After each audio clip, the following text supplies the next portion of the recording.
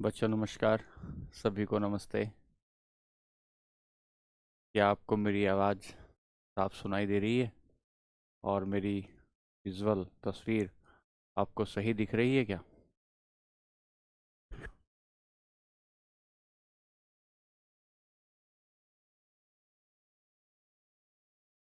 Principal Ram Ram ji. जय श्री राम। जय Hind sir. आइए बच्चों, तेज़ी से जुड़ते हैं और क्लास को शुरू करते हैं। Good afternoon. Very good afternoon. चलिए, तो उम्मीद करता हूँ कि पिछली 3 क्लासेस आपने देखी हैं।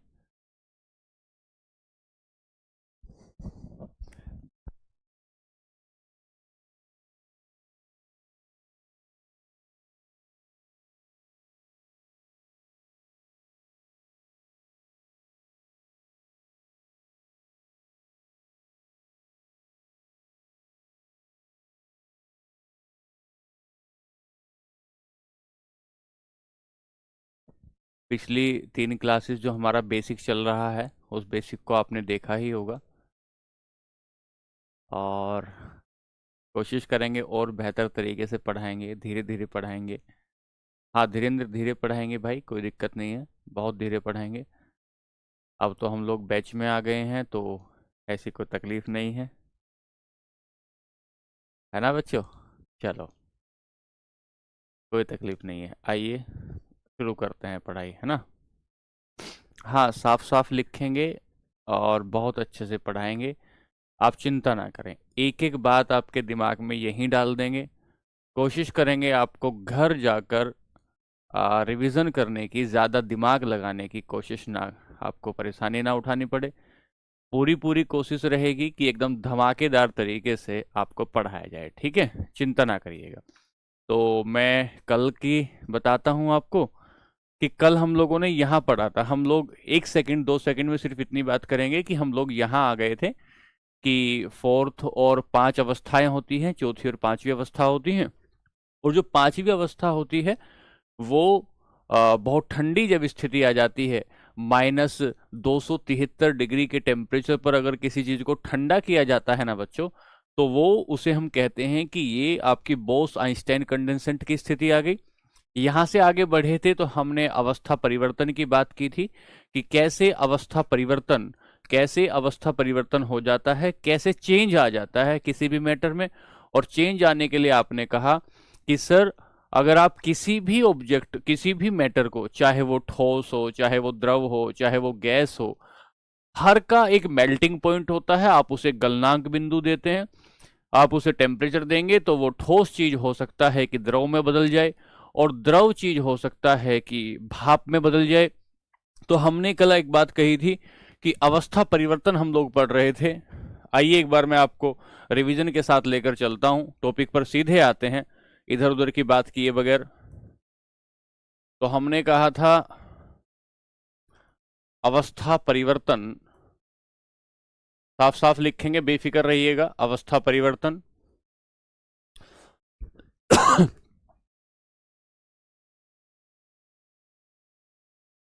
Change in stage, change in stages,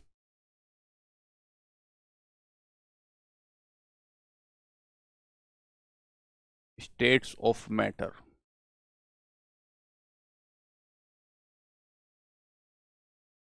तो आपने पहली बात पढ़ी थी कि सर, किसी चीज को गलनांक बिंदु पर अगर ले आए, गलनांक बिंदु पर अगर ले आते हैं, मेल्टिंग पॉइंट पर अगर ले आते हैं, तो वो चीज अवस्था में बदल जाती है। और आपने कहा सर, अवस्था में कैसे बदल जाती है? तो ये कोई ठोस है, ठोस है, और ठोस को अगर आप टेम्परेचर दे दो तो ये द्रव में बदल सकता है, ये द्रव में बदल सकता है, ये सॉलिड है। और सॉलिड को टेम्परेचर देने के बाद ये लिक्विड में चेंज हो सकता है, ये लिक्विड में चेंज हो सकता है। सर, जिस पॉइंट पर, जिस तापमान पर ये जो आपका ये ठोस द्रव में तब्दील हो जाता है उसे गलनांक बिंदु कहते हैं। यहां तक की कल बात हो गई थी। दूसरी बात आपने कही थी क्वथनांक, और इस क्वथनांक को अभी पढ़ा नहीं रहा हूं, कल की ही बातें बता रहा हूं बच्चों। इस क्वथनांक को आपने बॉइलिंग पॉइंट कहा था कि ये बॉइलिंग पॉइंट है। बॉइलिंग पॉइंट का मतलब होता है जिस पर कोई द्रव तब्दील हो जाता है गैस में, जिस पर कोई द्रव तब्दील हो जाता है गैस में, जिसमें कोई जो आपका लिक्विड है वो बदल जाएगा, किसमें, गैस में बदल जाएगा, उसे ही हम क्या कहते हैं, उसे ही हम कहते हैं कि ये क्वथनांक बिंदु है। कई बच्चे बचपन में इस बात को लेकर बड़ी तकलीफ में रहते थे कि सर ये क्वथनांक क्या होता है। क्वथनांक शब्द जो आया ये कहां से आया याद नहीं रहता। दरअसल आपने घर में एक सुना होगा, जब जुकाम खांसी हो जाता है तो काढ़ा सुना होगा, काढ़े को ही क्वाथ बोलते हैं, काढ़े को ही क्वाथ बोलते हैं। तो जिस पॉइंट पर आकर काढ़ा कहते हैं ना कि भाई अभी बताएंगे परम शून्यताप क्या होता है, 2 मिनट रुको बच्चों। जिस पॉइंट पर आकर काढ़ा मतलब कोई भी द्रव किस में तब्दील हो जाता है, वाष्प में, गैस में तब्दील हो जाता है, तो उसे गैस में तब्दील होने पर उसे हम लोग क्वथनांक कहते हैं। यानी कि वह टेम्परेचर जिस पर कोई लिक्विड चेंज हो जाएगा गैस में, गैसीय फॉर्म में, तो उसे हम क्वथनांक कहते हैं। अब यहां से आगे हम बढ़ें तो आपने कहा था सर, पॉइंट यहां चल रहा था कल की क्लास में कि वायु दाब का क्वथनांक पर क्या प्रभाव पड़ता है, वायु दाब का क्वथनांक पर क्या प्रभाव पड़ता है, ये हमने कल की क्लास में देख रहे थे कि इफेक्ट ऑफ एटमॉस्फेरिक प्रेशर, यहां से शुरू कर रहा हूं बच्चों पढ़ाना, effect of atmospheric pressure on boiling point. अब बच्चों एक बात समझना ध्यान से, पहले तो आपको यह बात समझनी होगी कि यह वायुदाब क्या होता है, और उसके बाद हम क्वथनांक तो देखकर ही आ रहे हैं। सुनो ध्यान से, वायु का आपके ऊपर जो दाब लग रहा है उसे ही वायु दाब कहते हैं। जो ऊपर से हवा हमारे ऊपर दबाव लगा रही है, प्रेशर लगा रही है, उसे ही वायु दाब कहते हैं। इसका मतलब यह है कि एक आदमी यहां खड़ा है, और एक आदमी यहां समुद्र में खड़ा हुआ है। तो यहां देखो कि इस आदमी के ऊपर और ये पूरा का पूरा आपका वायुमंडल है। सुनना बच्चों, गौर करना, ये वायुमंडल है। इस वायुमंडल में इस आदमी के ऊपर इतनी हवा प्रेशर लगाती है, एक आदमी यहां खड़ा है उसके ऊपर इतनी हवा प्रेशर लगाती है, एक आदमी यहां खड़ा है उसके ऊपर इतनी हवा प्रेशर लगाती है, एक आदमी यहां खड़ा है उसके ऊपर इतनी हवा प्रेशर लगाती है, और एक आदमी यहां खड़ा है। अब बताइए कि हवा ज्यादा प्रेशर किस पर लगा रही होगी? आदमी number A, B, C, D, E, कौन से व्यक्ति पर सबसे ज्यादा प्रेशर लगेगा ये बताओ, कौन से व्यक्ति पर सबसे ज्यादा प्रेशर लगेगा ये बताइए, ध्यान से बताइए, बताइए तेजी से, कौन से व्यक्ति पर लगेगा? क्या मैं कहूं कि ई जो व्यक्ति होगा उस पर सबसे ज्यादा प्रेशर लग रहा होगा, ई व्यक्ति पर सबसे ज्यादा प्रेशर लगेगा? ई व्यक्ति पर प्रेशर लगने, यहां देखिए, यहां पर हवा, इतनी हवा प्रेशर लगा रही है, यहां इतनी हवा प्रेशर लगा रही है, यहां इतनी हवा आपके सिर पर प्रेशर लगा रही है, यहां इतनी हवा प्रेशर लगा रही है, और यहां इतनी हवा प्रेशर लगा रही है। तो क्या कहेंगे, आपके ऊपर प्रेशर जो लग रहा है, वायुदाब जो लग रहा है, गलत है बच्चों। वायुदाब सबसे ज्यादा ई पर लगेगा, सबसे ज्यादा ई पर लगेगा। पहले इसी बात को समझ लो, आप इसको नहीं समझ पा रहे हो। देखो ध्यान से देखो कि ये पृथ्वी है, ये अर्थ है। मैं आपको पहले वायुदाब समझा रहा हूं, फिर आगे चलूंगा। और इस अर्थ पर यहां माउंट एवरेस्ट हो गई, ये कोई पठार हो गया, और इसी अर्थ पर कहीं यहां पर समुद्र हो गया, और यहां तक है हवा, ये है एटमॉस्फेयर, ये है वायुमंडल। तो यहां पर ये हवा केवल प्रेशर लगा रही होगी, और यहां आदमी जिसके सिर पे, जो आदमी यहां बैठा है उसके सिर पर इतनी हवा प्रेशर लगा रही है, जो आदमी यहां बैठा है उसके ऊपर इतनी हवा प्रेशर लगा रही है। लेकिन ये जो पॉइंट होगा, ए पॉइंट ये कहा, बी पॉइंट ये कहा, सी पॉइंट ये कहा, डी पॉइंट मान लेते ये कहा, तो इसके ऊपर गहराई तक प्रेशर लग रहा है। तो यहां पर आप एक बात निकाल कर लेके आएंगे, एक कंक्लूजन निकालेंगे कि जैसे जैसे हाइट बढ़ रही है ऊपर की तरफ, ऐसे ऐसे प्रेशर कम हो रहा है। जैसे जैसे हाइट ऊपर की तरफ बढ़ रही है, वैसे वैसे वायुदाब में कमी आ रही है। वैसे वैसे वायुदाब में कमी आ रही है। कब कमी आ रही है? जैसे जैसे हाइट बढ़ती है, हाइट के बढ़ने पर वायुदाब में कमी आती है। वायुदाब में कमी आती है। ये बात आपको समझ में आई? तो अगर कोई व्यक्ति यहां बैठा हुआ है, कोई व्यक्ति यहां बैठा हुआ है, देखिए यहां कोई व्यक्ति बैठा हुआ है, उसकी ये अपनी गाड़ी है और इस गाड़ी में यहां बैठा है और उसको यहां लेकर चलता है, ऊपर की तरफ लेकर चलता है, ऊपर की तरफ लेकर चलता है। इसका मतलब ये होता है कि वायुदाब धीरे धीरे उस व्यक्ति के ऊपर कम लगना शुरू हो गया। शरीर का जो खून है, शरीर का जो खून है वो भी हमारी नसों पर भीतर से एक वायुदाब लगाता है। शरीर का खून भी हमारी नसों पर भीतर से एक फोर्स लगाता है और ये जो ऊपर से वायुमंडल दाब है ये भी फोर्स लगा रहा है। तो हमारी जो नस है, हमारी जो नसें हैं, जो बारीक बारीक वेन्स हैं, संतुलित रहता है। खून ने भीतर से फोर्स लगाया, बाहर से हवा ने फोर्स लगाया, बाहर से हवा ने फोर्स लगाया, तो क्या होता है? क्या होता है कि खून बाहर नहीं आता, नसों के खून बाहर नहीं आता। लेकिन क्या होता है, अगर बाहर से प्रेशर कम होना शुरू हो जाए, बाहर से प्रेशर कम होना जाए, तो खून नसों के भीतर ज्यादा दबाव लगाना शुरू कर देगा, नसों के भीतर ज्यादा दबाव लगाना शुरू कर देगा। और धीरे धीरे जैसे जैसे प्रेशर कम होना शुरू हो जाएगा, जैसे जैसे प्रेशर कम होना शुरू हो जाएगा, वैसे वैसे भीतर से खून ज्यादा दबाव लगाएगा, ज्यादा दबाव लगाएगा। और ज्यादा दबाव लगाने की वजह से नाक से और कान से खून आना शुरू हो जाएगा, जैसे जैसे हम ऊपर चल रहे हैं। एक बात क्लियर हुई? यहां तक बात क्लियर हुई? ठीक है, हम पेन व्हाइट वाला रखेंगे। अब दूसरी बात सुनना, अगर हम यहां कोई मछली है, समुद्र तल पे कोई मछली है, ये कोई मछली है जो समुद्र तल पे है, पेन व्हाइट वाला लेते हैं। सुनो बच्चों, ये एक मछली है जो समुद्र में तैर रही है, जो समुद्र में तैर रही है।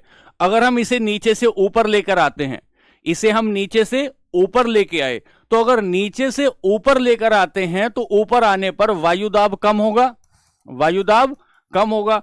और अगर वायुदाब कम होता है तो इसका मतलब क्या होता है? इसका मतलब होता है कि शरीर से इसके जो नसें हैं, नसें फट जाएंगी, क्योंकि खून का दाब ज्यादा हो जाएगा, खून का दाब ज्यादा हो जाएगा। और खून का दाब ज्यादा होने से नसें फट जाएंगी, फट जाने पर यह मछली मर सकती है। अभी तक सिर्फ मैंने इतना बताया कि ये जो वायु दाब है इसका क्या प्रभाव होता है। अब मैं चलता हूं अपने कंसेप्ट पर, अब मैं चलता हूं यहां कि वायुदाब का क्वथनांक पर क्या प्रभाव होता है। तो आइए ध्यान से सुनिए कि जैसे जैसे लिखिए पहाड़ों पर खाना जल्दी पक जाता है क्योंकि, लिखिए हेडिंग डालकर लिखिए, क्योंकि ऊंचाई पर जाने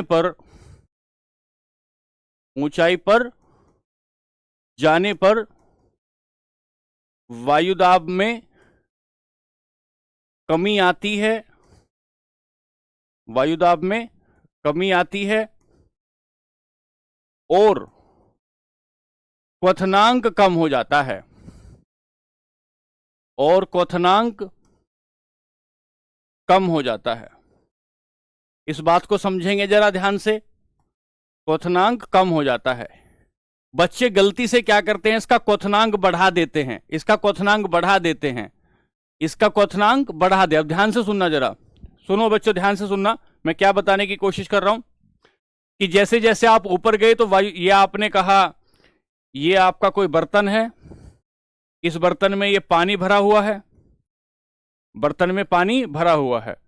इसी बर्तन को आप कुछ हाइट पर लेकर गए, कुछ हाइट पर लेकर गए, हाइट पर लेकर गए तो ऊंचाई पर जब जाएंगे, ऊंचाई पर जब जाएंगे तो यहां से हाइट बढ़ने पर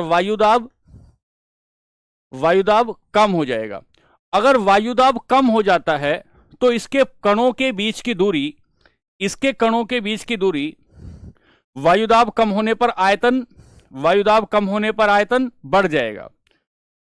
यहां के वायुदाब पर इतना आयतन था, अब सुनना कि यहां इसके पार्टिकल के बीच में इतना गैप है, यहां इसके पार्टिकल के बीच में इतना गैप है और यहां इसके पार्टिकल के बीच में इतना गैप है।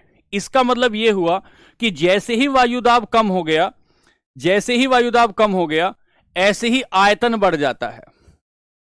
वायुदाब कम होने से आयतन बढ़ जाता है। आयतन बढ़ने का मतलब क्या है? कणों के बीच की दूरी बढ़ जाती है, की दूरी बढ़ जाती है, distance of between the particle बढ़ जाती है। ठीक है, और जैसे ही डिस्टेंस बढ़ जाती है, जैसे डिस्टेंस बढ़ जाती है, तो हम कहेंगे अब ये कम तापमान पर उबलना शुरू कर देता है। तो अगर 100 डिग्री सेंटीग्रेड पर पानी उबलता है, अब ये 95 डिग्री सेंटीग्रेड पर पानी उबलना शुरू हो जाता है, तो हीट कम जाती है, हीट कम जाती है, हीट कम जाती है। तो पानी उबलने से मतलब नहीं, पानी के भीतर जो खाना रखा है, खाना कब पकेगा? खाना तब पकेगा जब उसमें ज्यादा हीट जा रही होगी, जब उसमें ज्यादा हीट जा रही होगी। तो हीट पहले की तुलना में कम गई, तो हमने क्या पढ़ा? ऊंचाई बढ़ी, सबसे पहली बात ऊंचाई बढ़ी, वायुदाब कम हुआ, वायुदाब कम हुआ तो आयतन में वृद्धि हुई, आयतन में वृद्धि हुई तो ये क्वथनांक कम हो गया, और क्वथनांक कम हो गया तो हीट कम हो गई, और अगर हीट कम होती है इसका मतलब खाना देर में पकता है, खाना देर में पकता है। क्या ये बात मैं समझा पाया आपको? ये बात मैं समझा पाया? एक बात, दूसरी बात बताता हूं, दूसरी बात लिखो। ये बात क्लियर है क्या बच्चों? एक बार बताओ। हाँ ठीक है सुमित, रिवीजन कराया था एक बार, अभी समझ में आया कि नहीं? कम होने से क्वथनांक कम हो जाता है, खाना, बिल्कुल ठीक है, बात क्लियर। कल और आज एक ही तो बात है कि ऊपर हाइट पर जाएंगे, हाइट पर जाएंगे तो जल्दी से खाना। हाँ इंग्लिश में लिखते हैं, अभी इंग्लिश में लिखते हैं, आइए। ये कल लिखा दिया था इसलिए नहीं लिख रहे हैं, तो लिखिए, इसको लिखते हैं, प्रेशर कुकर में खाना वायुदाब अधिक होने के कारण, होने के कारण जल्दी पकता है। वायुदाब अधिक होने के, होने से, अधिक होने से क्वथनांक बढ़ने से, बच्चों इसी में आप गलत कर दोगे, खाना जल्दी पकता है। ये जो क्वथनांक बढ़ा तो इसी को क्या कहेंगे? Food take less time to cook in pressure cooker, in pressure cooker due to increase pressure, due to increase pressure and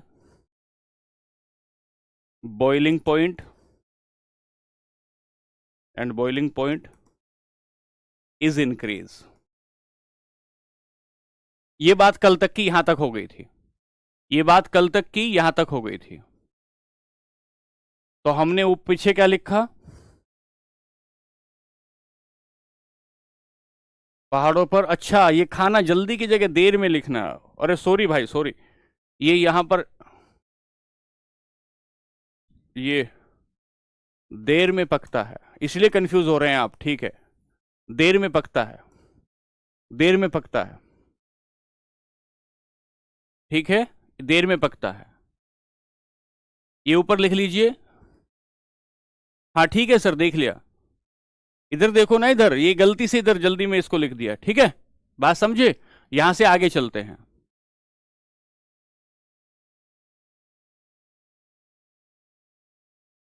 बात ठीक है?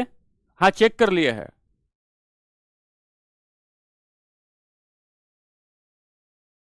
चलिए, यहां तक की बात कल हो गई थी, अब यहां से आगे चलते हैं, यहां से आगे चलते हैं। चलिए अब सुनिए ध्यान से, अब सुनिए ध्यान से बच्चों। पहली बात मैं बोलता हूं, पहला बोलता हूं सब्लिमेशन, लिखेंगे, हेडिंग डालें सब्लिमेशन, जिसे ऊर्ध्वपातन कहते हैं।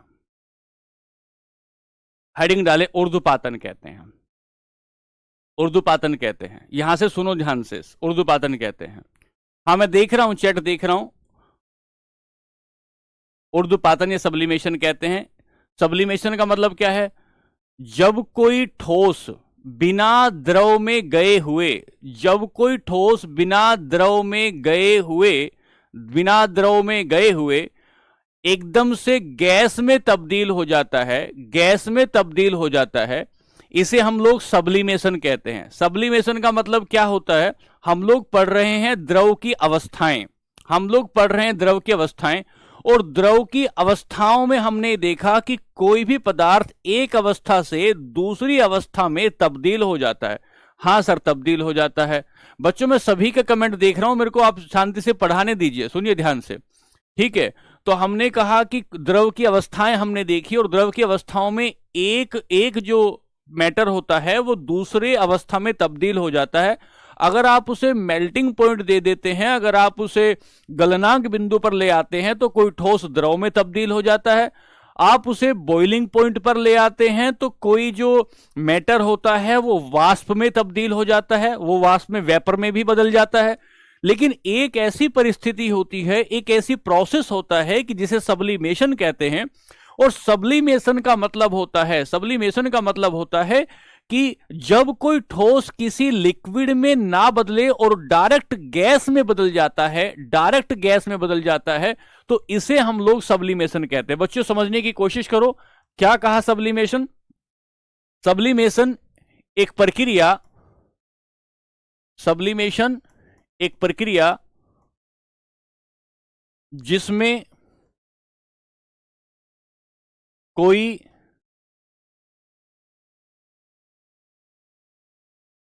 ठोस पदार्थ द्रव में बदले बगैर, लिखिए, द्रव में बदले बगैर सीधा गैस में बदल जाता है, सीधा गैस में बदल जाता है, गैस में बदल जाता है, उसे ऊर्ध्वपातन कहते हैं, उसे ऊर्ध्वपातन कहते हैं, उसे सब्लिमेशन कहते हैं, उसे सब्लिमेशन कहते हैं। तो हमने कहा सब्लिमेशन क्या कहा, तो एग्जाम्पल लिखेंगे इसके, उदाहरण, कपूर, अभी इंग्लिश में लिखेंगे, नौसादर, कपूर, नौसादर इत्यादि। अभी आगे जाकर देखेंगे। तो कपूर को आपने छोड़ा, कपूर को आपने छोड़ा, और जैसे ही आपने कपूर को छोड़ दिया, कैम्फर बोलते हैं, जैसे आपने कपूर को छोड़ दिया, और कपूर को छोड़ने के बाद वो डायरेक्ट वाष्प में बदल जाता है, एकदम से गैस में बदल जाता है, द्रव में जाए बगैर, तो उसे हम लोग ऊर्ध्वपातन कहते हैं। यहां आप नेप्थलीन की गोलियां भी लिख सकते हैं, नेप्थलीन की गोलियां, ये भी इसका एक एग्जाम्पल है। तो अगर पूछे कि ऊर्ध्वपातन कैसी स्थिति होती है, तो एक ऐसा प्रक्रिया, अमोनियम क्लोराइड को हम लोग नौसादर कहते हैं। एक ऐसी प्रक्रिया जिसमें कोई ठोस द्रव, जिसमें कोई ठोस द्रव में बदले बगैर, द्रव में बदले बगैर किसमें सीधा गैस में बदल जाता है, तो उसे हम लोग ऊर्ध्वपातन कहते हैं। नौसादर को जो है आपका अमोनियम क्लोराइड कहा जाता है। ठीक है, अंग्रेजी में लिखें इसे एक बार, एक बार अंग्रेजी में लिखें, sublimation a process in which a matter change, a solid matter change, a solid matter change, solid matter directly change into gaseous form is called sublimation। बच्चों ध्यान से सुनो, भाइयों ध्यान से सुनो, सब्लिमेशन एग्जाम्पल कैम्फर, कपूर कहते हैं, या टेबलेट्स ऑफ नेप्थलीन कहो, या अमोनियम क्लोराइड या नौशादर कहो। ये बात हो गई। यहां तक हमने पढ़ी कि हमने सब्लिमेशन को देखा। अब यहां से आगे चलें, भैया समझ में आ जाएगा, एक बार आप ध्यान से पढ़ने की कोशिश करो, समझ में आएगा, निश्चित रूप से समझ में आएगा। यहां से आगे मैंने आपको कल बताया था ना बच्चों कि समझ में क्यों नहीं आएगा, एक एक बात समझ में आएगी। अब शांति के साथ मैं आपका फाउंडेशन तैयार कर रहा हूं, पहले बेस तैयार कर रहा हूं। जैसे ही आपका बेस तैयार हो जाएगा, आप देखेंगे कि फिर सिलेबस आपका बहुत तेजी से आगे बढ़ेगा। अगर आपका पहले बेस तैयार नहीं होता है, 2 मिनट में आपको बता देता हूं, क्योंकि बच्चे कह रहे हैं, कोई कह रहा है समझ नहीं आ रहा, कोई कह रहा है, मैं कह रहा हूं कि मैं आपका बेस तैयार कर रहा हूं। अगर बेस तैयार नहीं होगा तो फिर आपकी केमिस्ट्री में कभी मजबूती नहीं बन पाएगी। और यदि आप केमिस्ट्री में मजबूती बनाना चाहते हैं तो आपको मेरे साथ पहले बेस देखना पड़ेगा। अगर आप अब से पहले जैसे भी आपने केमिस्ट्री पढ़ी है, आपने रटा होगा, रटने के बगैर आपने कई बार इस तरीके से पढ़ा कि वो पेपर में आप भूल गए। यदि आप बेहतर स्कोर करना चाहते हैं तो आपको कंसेप्ट पढ़ना पड़ेगा, और जब आप कंसेप्ट पढ़ते हैं तो उसमें थोड़ा वक्त लगेगा। मुझे मेरे तरीके से पढ़ाने दीजिए और आप बेहतर तरीके से ढंग से पढ़िए, ठीक है ना, समझे ध्यान से। चलिए अब आगे चलते हैं। अब यहां से आगे चलेंगे वाष्पीकरण। यह भी अवस्था परिवर्तन की एक स्थिति है, इवेपोराइजेशन। सुनिए ध्यान से, वाष्पीकरण क्या होता है? वाष्पीकरण होता है जिसमें कोई गैस, अगर हम लोग कहें कि कोई द्रव जो है वो गैस में तब्दील हो जाता है, उसे ही हम वाष्पीकरण कहते हैं। तो वाष्पीकरण का मतलब होता है कि अगर कोई लिक्विड, कोई द्रव तब्दील हो जाए किसी में, अपने गैस में तब्दील हो जाए, इसे वाष्पीकरण कहते हैं। सर एग्जाम्पल से समझिएगा ध्यान से। एग्जाम्पल यह है कि जब हम गर्मियों सर्दी में नहाते हैं तो हमारे शरीर से भाप उठती है। जब हम बाथरूम से निकलकर आए और हमारे शरीर में भाप उठी तो हमने देखा कि सर ये तो हमारे शरीर से वाष्पीकरण हो रहा है, एक बात। दूसरी बात हमने देखी कि किसी भी तालाब से, नदी से, जोहड़ से जो पानी होता है वो पानी धीरे धीरे उड़ता रहता है, और पानी उड़ने के बाद उसके बादल बन जाते हैं। तो सर ये बादलों तक पानी गया कैसे?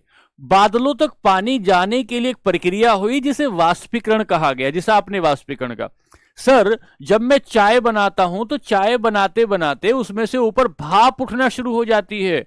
वो जो भाप ऊपर उठना शुरू हो जाती है उसमें से, वो वाष्पीकरण है एक प्रकार का। जब आप नहाने के लिए सुबह जो है एक रोड लगाते हैं पानी में, और पानी में रोड लगाने के बाद धीरे धीरे उससे क्या उठना शुरू हो जाता है, धीरे धीरे उससे भाप उठनी शुरू हो जाती है। तो यही कहते हैं कि ये एक प्रकार का वाष्पीकरण है। अब तकलीफ ये आती है, इससे पहले आपने एक बात समझिए, ध्यान से सुनिएगा। तकलीफ ये आती है कि आपने अभी तो सुना है क्वथनांक, और क्वथनांक क्या होता है? Boiling point. क्वथनांक क्या है? बॉइलिंग पॉइंट है। सर क्वथनांक बॉइलिंग पॉइंट है, इसका मतलब यह है क्वथनांक में क्या हो रहा था? कोई द्रव किस में तब्दील हो रहा था? गैस में। और यहां क्या हो रहा है? कोई द्रव किस में तब्दील हुआ? गैस में। तो फिर इन दोनों में अंतर क्या हुआ? अंतर ये समझना है कि क्वथनांक बिंदु पर पहुंचे बगैर, इतना टेम्परेचर दिए बगैर, क्वथनांक बिंदु पर पहुंचे बगैर अगर कोई चीज द्रव से गैस में बदल जाती है तो उसे वाष्पीकरण कहते हैं। इसका मतलब क्या हुआ? इसका मतलब यह हुआ कि जब आप अपने कपड़े धो रहे हैं और कपड़े धोने के बाद आपने सुखा दिए, आपने उसे कोई टेम्परेचर नहीं दिया, बिना टेम्परेचर दिए हुए ही कपड़े अपने आप 1 दिन में 2 दिन में सूख जाते हैं, तो यह वाष्पीकरण हो गया। ये वाष्पीकरण हो गया। एक बात। दूसरी बात, जब आप पोछा लगाते हैं अपने घर में, पोछा लगाने के बाद माताजी ऊपर से पंखा चला देती है, आपने कोई टेम्परेचर थोड़ी दिया, बिल्कुल आपने कोई टेम्परेचर नहीं दिया। टेम्परेचर नहीं दिया उसके बावजूद भी आपका फर्श सूख गया है, फर्श सूख गया। फर्श सूखा किस वजह से? पंखा आपने चलाया। तो सर फर्श सूखा वाष्पीकरण की वजह से। जब आप अंतर क्या पैदा हुआ कि क्वथनांक बिंदु पर पहुंचे बगैर ही यदि कोई द्रव किसी गैस में तब्दील हो जाता है, तो इसका मतलब है वो वाष्पीकरण हो रहा है, दूसरी बात मैं बताता हूं। जैसे मम्मी कहती है कि आपने कपड़े लिए, कपड़े को फैला फैला के सुखाओ। जब कपड़े को फैला फैला कर सुखाते हैं तो वाष्पीकरण ज्यादा जल्दी से हो जाता है। तो हमने यहां समझा कि क्वथनांक तो वो एक टेम्परेचर पॉइंट होता है जिस पर कोई द्रव किसमें, गैस में तब्दील हो जाता है। लेकिन वाष्पीकरण में किसी भी टेम्परेचर पर, वाष्पीकरण किसी भी टेम्परेचर पर हो सकता है, कोई निश्चित टेम्परेचर इसके लिए नहीं होता। तो हमने कहा लिखें जरा, इसको लिखें।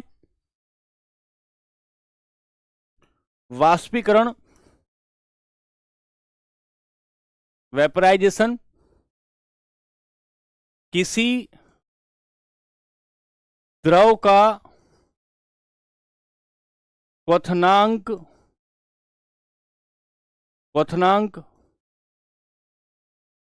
बिंदु से कम तापमान पर गैस बन जाने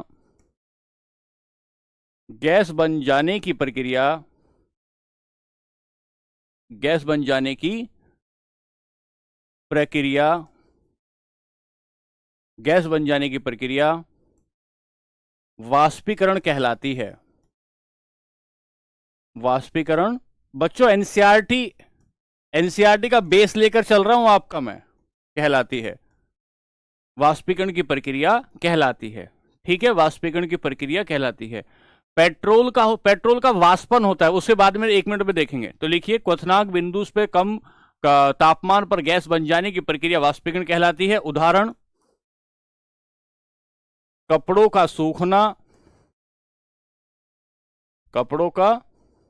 सूखना, नदी से पानी का उड़ना इत्यादि, ये वाष्पीकरण हुआ। बात समझे? अब मैं लिखवाता हूं इसका अंग्रेजी में। इवेपोराइजेशन,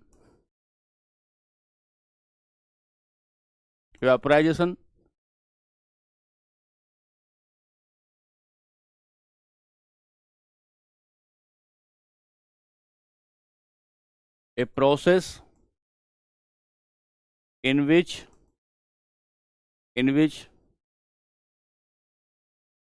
liquid change into gaseous form without on boiling point, या a process in which liquid change into gaseous form, it always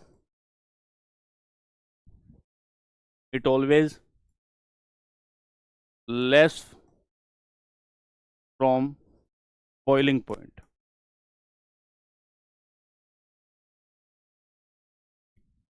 example,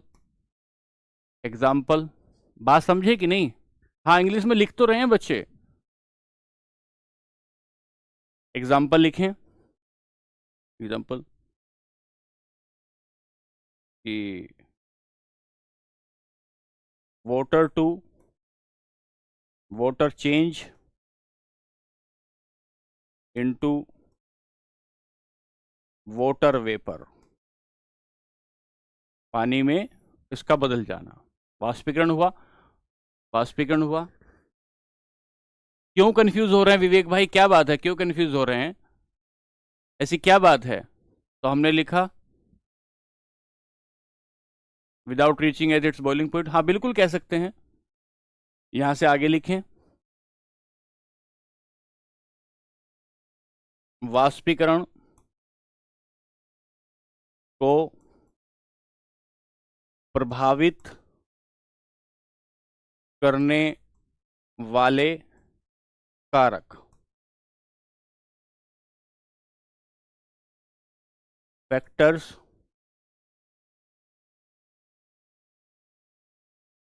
affected to vaporization।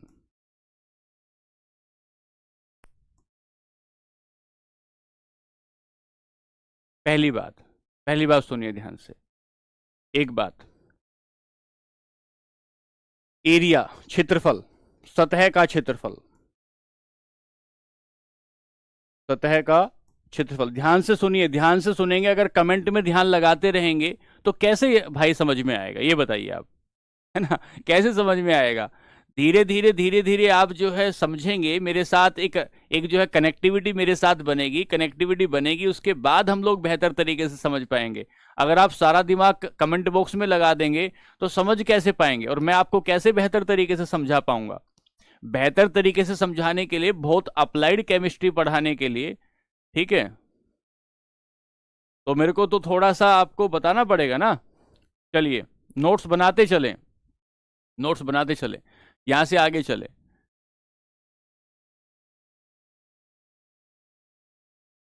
अब लिखें वाष्पीकरण को प्रभावित करने वाले कारक, तो वाष्पीकरण को प्रभावित करने वाले कारक में पहला आया area of surface. Area of surface को समझेंगे ध्यान से। ये आपका एक गिलास था, ये आपका गिलास था, इस गिलास में आपने खीर डाली, इस गिलास में आपने खीर डाली, और मम्मी ने ठंडी करने के लिए थाली में खीर डाल दी, थाली में खीर डाली।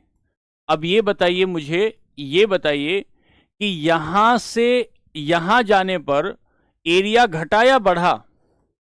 एरिया बढ़ गया। और अगर एरिया बढ़ गया, बताइए यहां से कि यहां से जाने पर ग्लास से थाली में आपने जब खीर डाली, और जो खीर आप खाना चाहते थे, ये जैसे ही थाली में डाली, तो थाली में डालने के बाद इस थाली का एरिया बढ़ गया। अगर थाली का एरिया बढ़ गया तो इसका मतलब यह हुआ कि वाष्पीकरण ज्यादा होगा या कम होगा? वाष्पीकरण ज्यादा होगा या कम होगा? अगर वाष्पीकरण एरिया पर निर्भर करता है तो जैसे जैसे एरिया को बढ़ाएंगे, जैसे जैसे एरिया को बढ़ाएंगे, ऐसे ऐसे वाष्पीकरण क्या हो जाएगा? बढ़ता चला जाएगा। मम्मी ने आपको कहा कि ये ले कपड़े बाल्टी में और जाके इन्हें सुखा दे, और जिस तरीके से मम्मी ने निचोड़ रखे थे, आपने बिना उनको खोले हुए ऐसे के ऐसे ही डाल दिया अपनी रस्सी पर। ये जो रस्सी थी, आपने इस रस्सी पर बिना खोले हुए डाल दिया। तो ये, और दूसरी बात ये हुई, दूसरी कंडीशन ये बनी कि दूसरी कंडीशन में आपने कपड़े को फैलाकर सुखाया, तो कौन सी स्थिति में कपड़ा जल्दी सूख जाएगा? कौन सी स्थिति में कपड़ा जल्दी सूख जाएगा? सर, यहां आपने बिना कपड़े को झटके हुए, बिना कपड़े को फैलाए हुए सुखाया है, तो यहां एरिया कम है, और अगर एरिया कम है तो वाष्पीकरण कम होगा। और दूसरी बात, आपने यहां कपड़े को फैलाकर सुखाया तो जल्दी से सूख जाएगा कपड़ा, और अगर जल्दी से सूख गया, इसका मतलब यहां एरिया ज्यादा है, इसका मतलब यह होता है कि एरिया अगर ज्यादा होगा, क्षेत्रफल अगर सतह का ज्यादा होगा, तो जल्दी से कपड़ा सूखेगा, और कपड़ा सूखने का मतलब है कि वाष्पीकरण की दर ज्यादा होगी। तो हम एक बात ऐसे नोट कर सकते हैं कि वाष्पीकरण का सीधा संबंध होगा सतह के क्षेत्रफल से। यहां क्या कहेंगे? वेपराइजेशन अनुक्रमानुपाती होगा किसके? एरिया ऑफ सरफेस के। जब अभी तक आपने देखा होगा, जब ये वाला लग जाता है, जैसे आप कहेंगे कि जितनी पढ़ाई करोगे उतनी तरक्की होगी, जितनी पढ़ाई करोगे उतनी तरक्की होगी। इसका मतलब होता है कि अगर ये बढ़ेगा तो ये भी बढ़ेगा, ये घटेगा तो ये घटेगा, ये घटेगा तो ये घटेगा। अब दूसरी बात, जितनी पढ़ाई करोगे उतनी तरक्की होगी, और दूसरी बात, जितनी पढ़ाई करोगे उतनी उतनी जो है लोग बुराई कम करेंगे, लोग बुराई कम करेंगे। तो अब देखना ध्यान से कि बुराई का और पढ़ाई का उल्टा संबंध है, बुराई का और पढ़ाई का उल्टा संबंध है, जबकि पढ़ाई का और तरक्की का सीधा संबंध है, तरक्की का और इसका आपकी पढ़ाई का सीधा संबंध है। ऐसे कहा कि वाष्पीकरण, अगर सतह का क्षेत्रफल बढ़ जाता है तो वाष्पीकरण की दर भी बढ़ जाती है। दो बातें हो गई। और दूसरी बात पर आएंगे कि तापमान अगर बढ़ता है, तापमान के बढ़ने पर वाष्पीकरण भी बढ़ जाता है, तापमान के बढ़ जाने पर वाष्पीकरण भी बढ़ जाता है। सर्दियों में कपड़े जल्दी सूखते हैं, सर्दियों में कपड़े जल्दी सूखते हैं या गर्मियों में कपड़े जल्दी सूखते हैं? ये बताइए, कपड़े सर्दियों में जल्दी सूखेंगे या कपड़े गर्मियों में जल्दी सूखेंगे? तो हम कहेंगे सर कपड़े जो हैं गर्मी में जल्दी सूखते हैं। इसका मतलब टेम्परेचर का वाष्पीकरण से सीधा संबंध होता है। अगर टेम्परेचर बढ़ेगा तो वाष्पीकरण भी बढ़ेगा, टेम्परेचर बढ़ेगा तो वाष्पीकरण भी बढ़ेगा। दो बातें हो गई। तीसरी बात, हवा का वेग, हवा की गति। तो मुझे ये बताइए कि अगर आपने अपने कमरे में पोछा लगाया है, और आप अपने साथ उस कमरे में किसी को बैठाना चाहते हैं, बहुत जल्दी बैठाना चाहते हैं, तो क्या आप पंखा चलाएंगे या पंखा बंद कर देंगे? अगर आप पंखा अपने कमरे में जल्दी से कमरे को सुखाना चाहते हैं तो पंखा चलाएंगे या पंखा बंद कर देंगे? आपको पंखा चलाना पड़ेगा। अगर हवा की गति तेज होगी, तो इसका मतलब वाष्पीकरण भी तेज होगा। अगर हवा की गति तेज होगी तो इसका मतलब होगा कि वाष्पीकरण भी यहां तेज हो रहा होगा, वेपराइजेशन भी यहां तेज हो रहा होगा। और चौथी बात लेते हैं, पेपर में सीधा सवाल आएगा बच्चों, सीधा सवाल आएगा पेपर में। हवा में बहुत बढ़िया, कई बच्चे बहुत अच्छा जवाब दे रहे हैं, बहुत बढ़िया बहुत बढ़िया, चलाएंगे सर, क्यों नहीं चलाएंगे, पंखा चलाएंगे। हाँ, तो हमने कहा सर हवा में अगर नमी कम होगी, अगर हवा में नमी कम होगी तो वाष्पीकरण ज्यादा होगा। लिखते रहना, अगर हवा में नमी कम होगी तो वाष्पीकरण ज्यादा होगा। सर हवा में नमी का मतलब क्या है? अगर गीली हवा है तो वो नमी को कम खाएगी, और अगर सूखी हवा है तो नमी को ज्यादा खाएगी।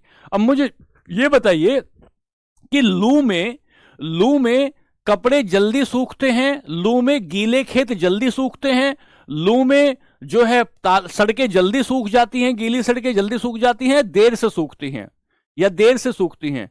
तो मैंने कहा आपको कि अगर लू है, लू का मतलब होता है कि लू में हवा में नमी कम है, हवा में नमी कम है। अगर हवा में नमी कम होती है, हवा गीली होती है, हवा में मॉइस्चर ज्यादा होता है, तो यदि मॉइस्चर ज्यादा होगा, टेम्परेचर के बढ़ने से वेपराइजेशन बढ़ेगा। ये स्पीड ऑफ एयर जो होगी, स्पीड ऑफ एयर अगर ज्यादा हो जाएगी तो वाष्पीकरण बढ़ जाएगा। और ह्यूमिडिटी अगर हवा में नमी, अगर ह्यूमिडिटी ज्यादा हो जाएगी तो वाष्पीकरण कम हो जाएगा। लेकिन अगर ह्यूमिडिटी कम है, हवा में नमी कम है, तो वाष्पीकरण बढ़ जाएगा, वाष्पीकरण बढ़ जाएगा। बात समझे क्या? बात समझे? मैंने कहा अगर हवा में नमी ज्यादा है, नमी, बरसात की हवा बहुत जल्दी कपड़े कहां सुखाती है? बरसात की हवा कहां जल्दी कपड़े सुखाती है? भाई बरसात की हवा में तो पहले से ही नमी होती है, और अगर बरसात की हवा में पहले से ही नमी है तो वाष्पीकरण बहुत जल्दी नहीं होगा। इसीलिए लू में क्या होता है, जल्दी से कपड़े सूखते हैं तो वाष्पीकरण ज्यादा हो जाता है। खैर, हम यहां से इतनी बात समझे, 3-4 बातें मैंने आपको अभी तक समझाई। क्या समझाई? पहला आपको समझाया क्या कि सर सब्लिमेशन क्या होता है। अभी तक मैंने आपको समझाया क्या सब्लिमेशन क्या होता है। सब्लिमेशन का मतलब होता है ऊर्ध्वपातन। जब कोई चीज ठोस से डायरेक्ट किस में तब्दील हो जाती है? गैस में। कोई सॉलिड डायरेक्ट चेंज हो जाए अगर गैस में, तो इसे क्या कहते हैं? इसे सब्लिमेशन कहते हैं। ठीक है। दूसरा मैंने अभी एक और आपको बताना है, आपको बताना है सब्लिमेशन के बाद इसका उल्टा देखना है, सब्लिमेशन का उल्टा देखना है जिसे डिपोजिशन कहते हैं। सब्लिमेशन का उल्टा देखना है जिसे डिपोजिशन कहते हैं, जिसे निक्षेपण कहा जाता है। तो अगली हेडिंग आप डालेंगे किसकी? निक्षेपण की, डिपोजिशन की डालेंगे। डिपोजिशन का मतलब क्या होता है? जब कोई गैस डायरेक्ट चेंज हो जाती है सॉलिड में, जब कोई गैस डायरेक्ट चेंज हो जाती है ठोस में बदल जाती है, तो इसे हम क्या बोलते हैं? इसे हम डिपोजिशन या निक्षेपण कहा जाता है। सर कैसे समझेंगे इसको?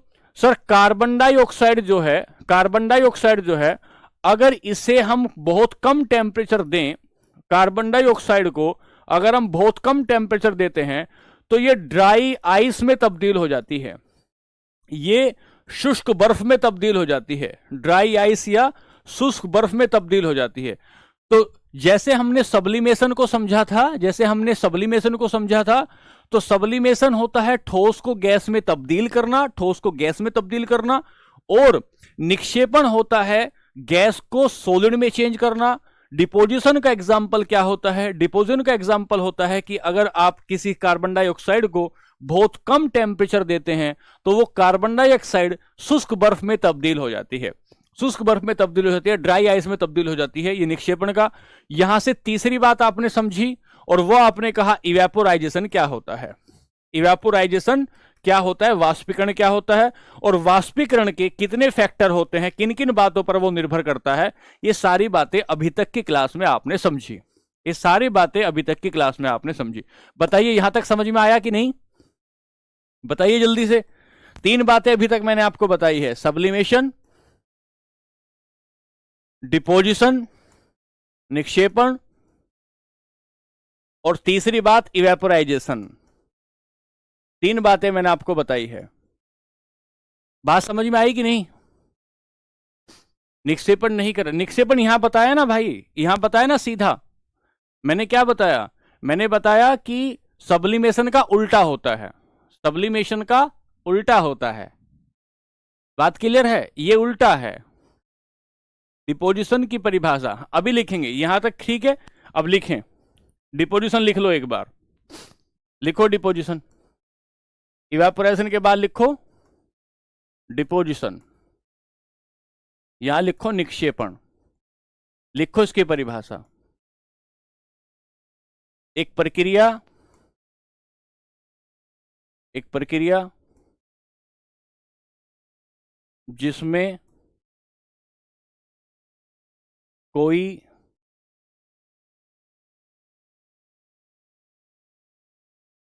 गैसीय पदार्थ सीधे ठोस में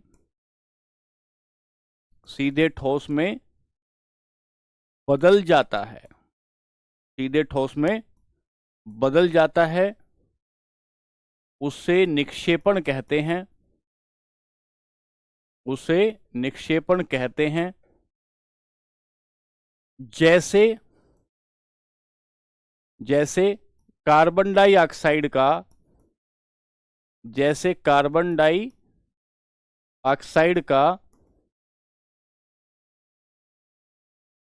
शुष्क बर्फ में बदलना, शुष्क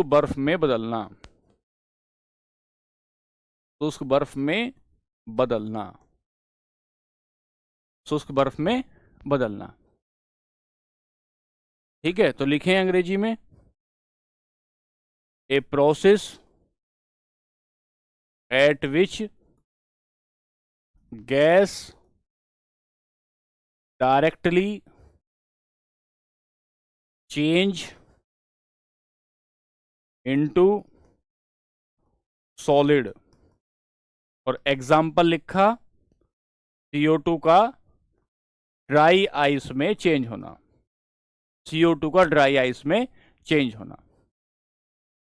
बात ठीक है?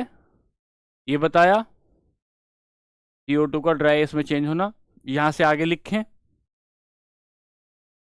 अब हम लोग इसका दूसरा टॉपिक शुरू कर रहे हैं, दूसरा टॉपिक शुरू कर रहे हैं और वो लेंगे हम लोग मिश्रण।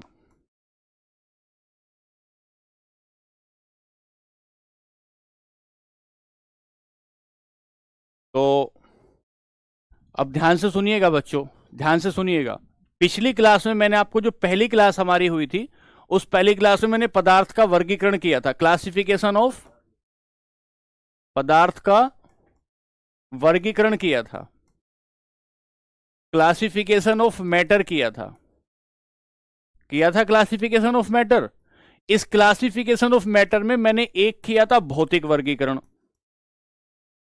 भौतिक वर्गीकरण, भौतिक वर्गीकरण का मतलब क्या था?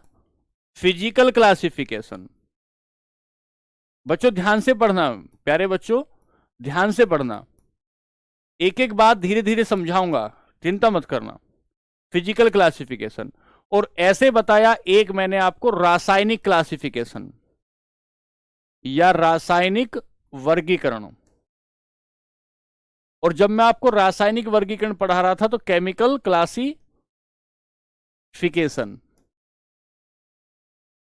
जब मैं भौतिक वर्गीकरण करने गया तो मैंने आपको 5 स्टेज बता दी। सॉलिड बताई, लिक्विड बताई, गैस बताई, प्लाज्मा बताई, और उसके बाद बोस आइंस्टाइन कंडेंसेट बताई। और इन सब का मैंने आपको फिर क्या बताया, एक अवस्था से दूसरी अवस्था में ये कैसे तब्दील हो जाती हैं। तो मैंने ये भी बताया कि स्टेज कैसे चेंज होती है, स्टेज कैसे चेंज होती है ये भी बताया, और क्या क्या उसके प्रोसेस होते हैं ये भी बताया। अब आज की क्लास में हम रासायनिक वर्गीकरण पढ़ेंगे, रासायनिक वर्गीकरण पढ़ेंगे। और ये जो रासायनिक वर्गीकरण होगा, ये जो रासायनिक वर्ग, इससे एक चीज और बतानी है इसमें अभी। ये जो रासायनिक वर्गीकरण पढ़ेंगे, इस रासायनिक वर्गीकरण में हम पढ़ेंगे, रासायनिक वर्गीकरण में हम पढ़ेंगे पदार्थ, और इस पदार्थ में हम पढ़ेंगे शुद्ध पदार्थ, शुद्ध पदार्थ, और एक इसमें पढ़ेंगे अशुद्ध पदार्थ, अशुद्ध पदार्थ, प्योर और इम्प्योर मैटर, प्योर और इम्प्योर मैटर, इम्प्योर। अब यहां जब मैं स्टेज चेंज करने जा रहा था तो यहां मैंने आपको डिपोजिशन बताया, वेपोराइजेशन बताया। अब डिपोजिशन में एक चीज और लिखनी है आपको, एक चीज और लिखनी है, और वो लिखें संघनन। फिर मैं आपको रासायनिक वर्गीकरण पढ़ाता हूं, संघनन, कंडेंसेशन। इसको ध्यान से पढ़ लीजिएगा, मोस्ट इंपोर्टेंट है भाई, मोस्ट इंपोर्टेंट है। देखो ध्यान से सुनना, ये कोई तालाब है, ये कोई तालाब है। इस तालाब पर यहां सूर्य की किरणें पड़ी, तालाब पर सूर्य की किरणें पड़ी, सूर्य की किरणें, और यहां से हुआ वाष्पीकरण, यहां से हुआ वाष्पीकरण। ये पानी ऊपर की तरफ चला, ये पानी ऊपर की तरफ चलने लगा।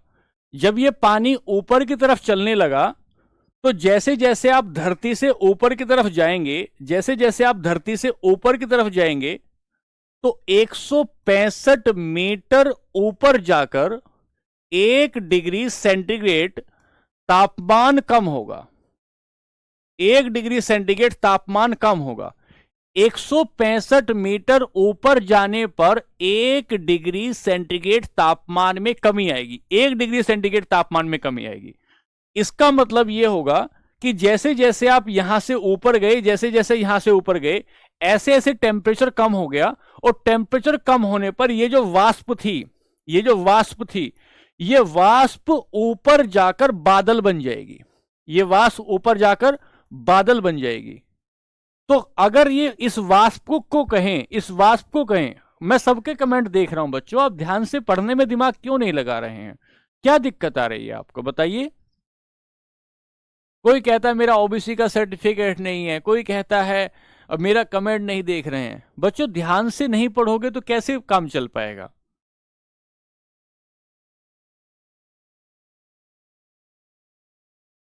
कैसे काम चलेगा? अब मैं आपको समझाने की कोशिश कर रहा हूं, मैं आपको समझाने की कोशिश कर रहा हूं।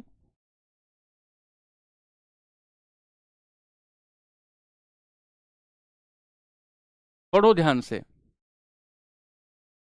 कि जैसे ये वाष्प थी, ये वाष्प जाकर बदल गई द्रव में और फिर बादल से बूंदे गिरना शुरू हो गई, नीचे की तरफ बूंदे गिरना शुरू हो गई। तो वाष्प का पानी में बदलना, वाष्प का पानी में बदलना क्या कहलाता है? संघनन कहलाता है।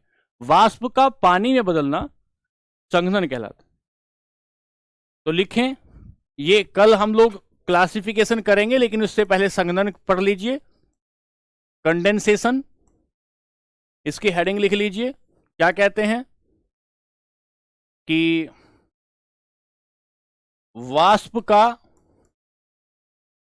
द्रव में बदलना संघनन कहलाता है। वाष्प का द्रव में बदलना संघनन कहलाता है। The process at which in which gas change into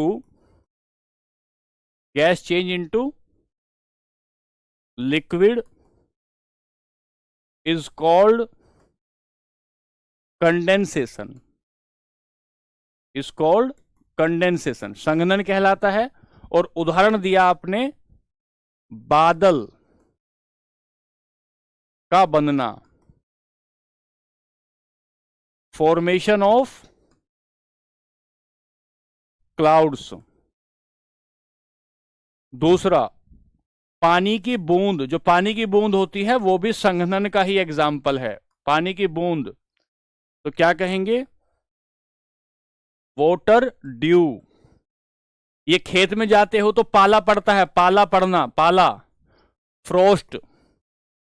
ये सब किसके एग्जाम्पल हुए? सारे के सारे एग्जाम्पल हुए संघनन के। तो यहां हम लोग आज की क्लास को रोकेंगे और एक बार आपको ये बताएंगे, कंप्लीटली आपको एक बात बताएंगे कि आज की क्लास में हमने आपको सब्लिमेशन, ऊर्ध्वपातन पढ़ाया। सब्लिमेशन के साथ साथ डिपोजिशन, निक्षेपण पढ़ाया। इवेपोराइजेशन, वेपोराइजेशन पढ़ाया। और वेपोराइजेशन में हमने आपको बताया कि वेपोराइजेशन में किन किन बातों पर निर्भर करता है। 4 बातों पर निर्भर बताया: तापमान पर, सतह पर, उसकी आर्द्रता, हवा की आर्द्रता कितनी है, और हवा में हवा की गति कितनी है, ये बताया।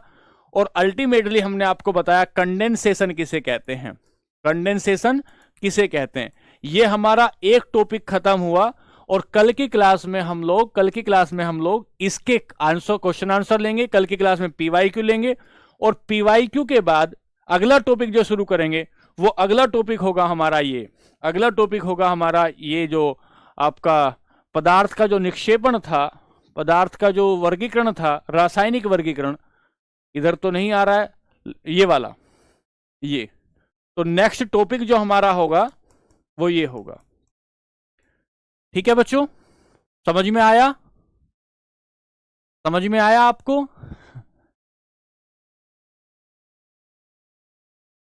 चलिए फिर कल मिलते हैं।